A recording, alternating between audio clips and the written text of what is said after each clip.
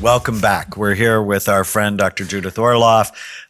She has a new book, Thriving as an Empath, 365 Days of Self-Care for Sensitive People. This podcast is for you if you're sensitive or if you love someone who is. This could be one of the reasons you guys struggle. So interesting. And there is hope. So, Judith, talk about how to thrive as a sensitive empath. How to thrive as a sensitive empath is to realize you're a beautiful, precious being who has beautiful, wonderful skills, but you also have to learn self-care in order to deal with the challenges of an empath. The secret is not to get less sensitive, to get a thicker skin, as my physician mother told me over and over, dear, just get a thicker skin, you've got to toughen up.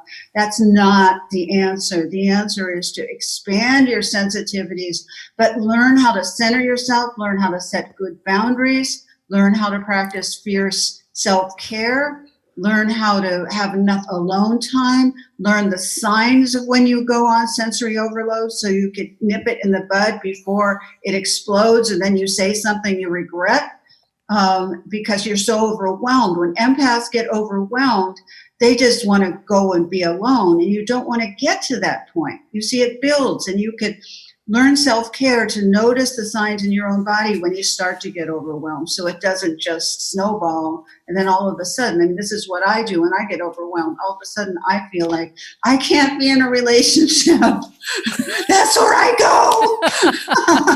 It's like, everybody go away. Everybody just get out. Yes. He's the only person that's like never done, like he gives me space. So I know, but that's great. how it is. So that's why I bring it up, so everyone knows that's just part of it. So, my partner has been trained, if I ever get to that place, to say, oh, I think you need your alone time now. You need a good cry, or you need something. Just take care of yourself, instead of taking it personally. Oh, that's so great. I don't like getting to that place because I do say things that I don't mean. Mm-hmm. Out of desperation of needing to be alone. It feels like you need to be alone forever, but you don't. This is fascinating So, to me. describe for us how you discovered this in yourself. What was that process like? The process was going through a lot of shame about my abilities as a child because I was alone. And I felt lonely, and I had, always, spent a lot of time in solitude and connecting to nature and looking up at the moon and loving animals and loving the ocean very much. The ocean has always been my companion, but I never had the support of people. And then as a teenager, I got very heavily involved with drugs to try and squash my sensitivities, my abilities. And, it was a negative path. I'm not suggesting for anyone. And there's actually a chapter in one of my books on empaths and addiction, because it's very common for empaths to become addicted because you want to just shut it all off, but that wasn't a healthy choice. However, it was the choice I made. But then with a lot of help, I had a psychiatrist who was like my angel in my life. I had people who helped me understand what an empath was and how I had to incorporate my intuitions rather than squash them. So I had a lot of good guidance, and thank God I've been, open to receiving it, throughout my life. And so through that education, and then, I had a dream that told me to go to medical school, to get my MD, to have the credentials to talk about this in medicine. I mean, it was very clear back in my early 20s, what, the message was, what I was supposed to do.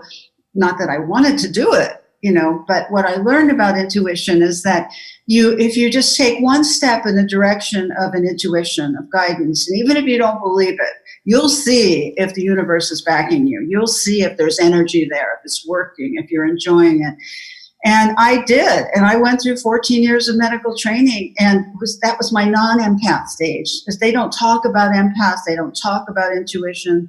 I had it begin to open before medical school, close during medical school, and then it reopened again, when I graduated. So it's been a process for me. And now, my healing path has been integrating being an empath with my psychiatric practice. Boy, I can't wait to read this book. I've got light bulbs going off like crazy. I'm like over here. This reminds me of someone that we know that we've been helping, someone in my family who is so sensitive that she feels other people's pain all the time, that she started using drugs to shut it down. She can't stand the sensitive, like she's just constantly so sensitive. And she has Irlen syndrome. Yeah, it just made my lights go off. Say that again, Daniel. Do you know the Irlen syndrome? IRLEN. No. Look it up online, and everybody, we talk about it on our podcast a lot. Helen Irlen's a psychologist in Long Beach and discovered that a whole bunch of people who have diagnoses ADD, anxiety, and depression, what they have is light sensitivity, that their brains are sensitive to certain colors of light, and wearing colored filtered lenses makes a huge difference, not only in reading, but also in their emotional states. And we just had one of our nieces who's 9 diagnosed with it, and it's going to change the rest of her life. So that'll be one good thing you get from this podcast. Learn about it, because I bet a lot of highly sensitive people have the Irlen syndrome. But one of the things I want to know is, how did your medical colleagues at UCLA deal with what, some people would label as a pretty soft science of empathy, although I would argue in general, psychiatry is a pretty soft science. Yeah. Well, at the time that I was going through medical school and my residency, I didn't tell anybody anything. I didn't tell any of my peers anything. I felt like I finally belonged somewhere. I really loved my medical training, and I was growing and changing, and I went more towards the scientific side and learning all of that, and also working with patients I've always loved. But I never used any words like intuition or empathy. And the place that it was most dominant to me was when I worked in hospice and I was with people as they were dying, because then your empathy turns on. Yeah. And then everything, it was like instinctual. Everything in me, the healing instinct within me turned on, very strongly, helping somebody make that transition or being with death and dying and grieving. That, is such an important transition that, I kind of secretly, expanded it at that point in my medical practice, but I didn't tell anyone because I was afraid of what they would think of me. But later on, you came out. I don't know if that's the right term, coming out. I came out in the late 90s when I wrote Second Sight, my first book. And it took me 8 years to write that book because I had so much fear. And Stephen Mitchell, the sacred translator, was one of my readers of that book. And he would write notes on that book. Too much anger at your parents, too much this, too many unresolved feelings. Go back and work on them before you come back to this book again. Too much fear, work with your fear. So that's interesting. So that book was my coming out book, but it took so long to come out. Right. Because I had so many fears about coming out as an empath and psychiatrist. You've said so many things that are just like I said, the thing about, it's actually my sister she struggled with addiction because she's so sensitive. She can't stand to feel, which is so interesting because I grew up very much like you. She's my half sister. I grew up alone, very much alone, an only child and by myself a lot. And I found that, like we talked about, I feel overwhelmed sometimes by people around me. And so while drugs, because of the drug situation in my family, were not an option for me.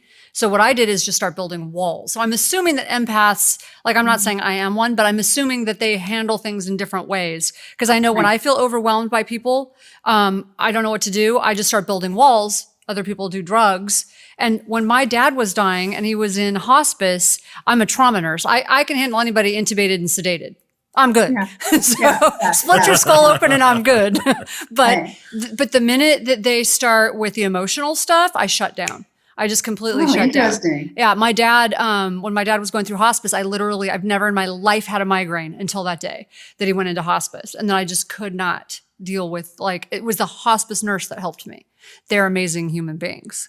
Oh, fantastic. But I'm listening to this. I can't wait to read this book because I'm listening to you and I'm thinking, wait, there's so many unanswered questions that I'm now like little light bulb moments are going off. Well, and I wonder if there's a genetic component to it, because Tana's mother clearly has gifts, if you will, where she can see And feel.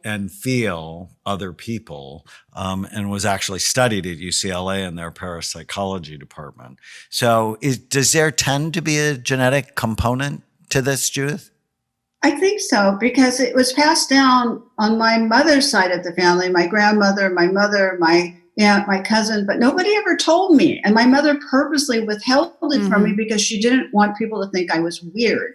She had a big thing. You do. That was my mom. Growing up with my mom, it was interesting. So I can feel that. Well, your mom was weird. Well, but the gift is what really made her stand out and have people look at her strange. But when you speak that language, people don't hear you. They don't understand. No, you have to behave yourself when you're around them, because you never know if they're feeling. feeling. But also, one thing that I don't mind doing is being sensitive to the vocabulary of other people. Yeah. Like, I would never use the word psychic. I made the mistake. My mom won't either. Yeah. It's just not, it creates too much resistance. You want to use intuition, you want to use empathy. People can get that, and I don't care, as long as people develop their empathy, develop their intuition. That's the goal of my books and my teachings, is to help people awaken this part of themselves. Whatever language you want to use is fine with me, as long as it's compassionate. All right. When we come back, we're going to talk about the science behind empathy and also empaths. Stay with us. If you're enjoying the Brain Warriors Way podcast, please don't forget to subscribe so you'll always know when there's a new episode. And while you're at it, feel free to give us a review or 5-star rating, as that helps others find the podcast. If you're considering coming to Amen Clinics or trying some of the brain healthy supplements from BrainMD, you can use the code podcast10 to get a 10% discount on a full evaluation at amenclinics.com, or a 10% discount on all supplements at brainmdhealth.com. For more information, give us a call at 855-978-1363.